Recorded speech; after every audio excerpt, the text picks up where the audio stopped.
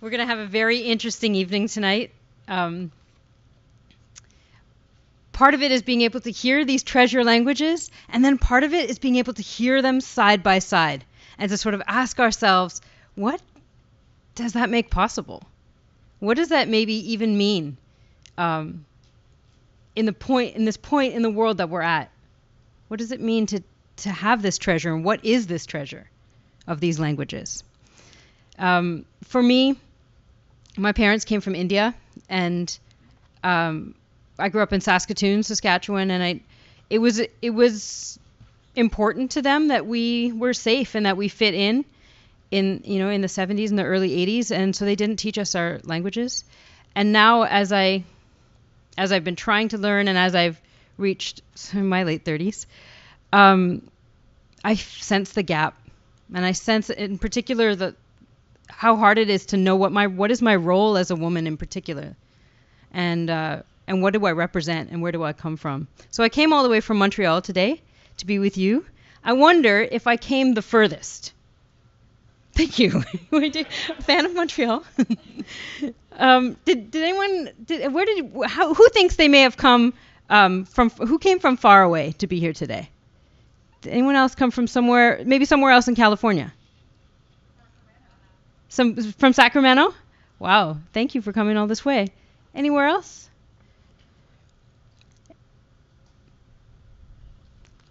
Everybody else is pretty close? Now, who thinks they came? Who's the closest? You are? Where did you come from? 24? Okay. Yeah, all right. Okay, good. Thank you. So our goal here tonight is to connect with each other and to celebrate these languages. That's why we're here. And in order to do that, I wanted to just ask if we could do a couple of things. One is to really focus on the way that we're listening. So listening is often really connected to understanding, and then when we don't understand, we might feel like, oh, I'm doing something wrong. And sometimes a wall kind of can come up when we don't understand. But tonight's a bit different. There's not one person in this room that is going to understand everything that's said here today.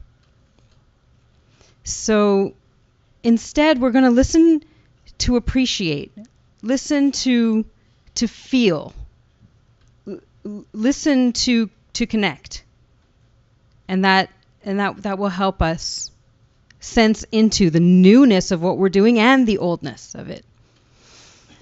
The second thing to ask is to remember that no translation is perfect, that there is no such thing as perfect translation. So if you are listening to our translators and you have a different idea of what would have been a better translation, we're going to ask you to just hold back.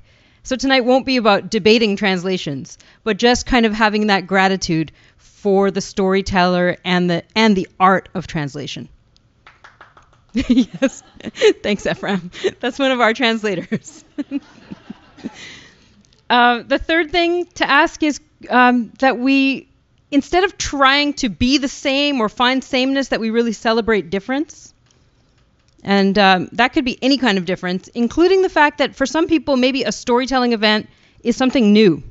Maybe you've never been to a storytelling event, or maybe you go kind of every week. So just whatever the differences that come up, celebrate them, encourage them, allow them, make space for them. And the last agreement was to lift each other up. So as we connect with each other, as we listen to each other, assume the best intention.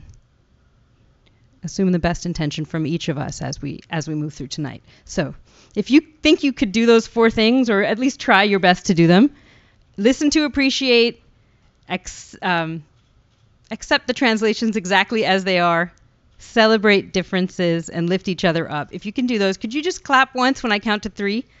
That will then we'll know we're all in it together. Yeah. Okay, 1, 2, 3. All right. Okay, great. That doesn't always happen. It's a big ask. So then let's practice. So we're going to have a little practice. It's a game. It's not a contest. It's just a game. We're going to ask you to think of a word. Think of a word that means something to you. It can be in any language, but some word that expresses something special to you. Something that makes you feel alive. Some special word.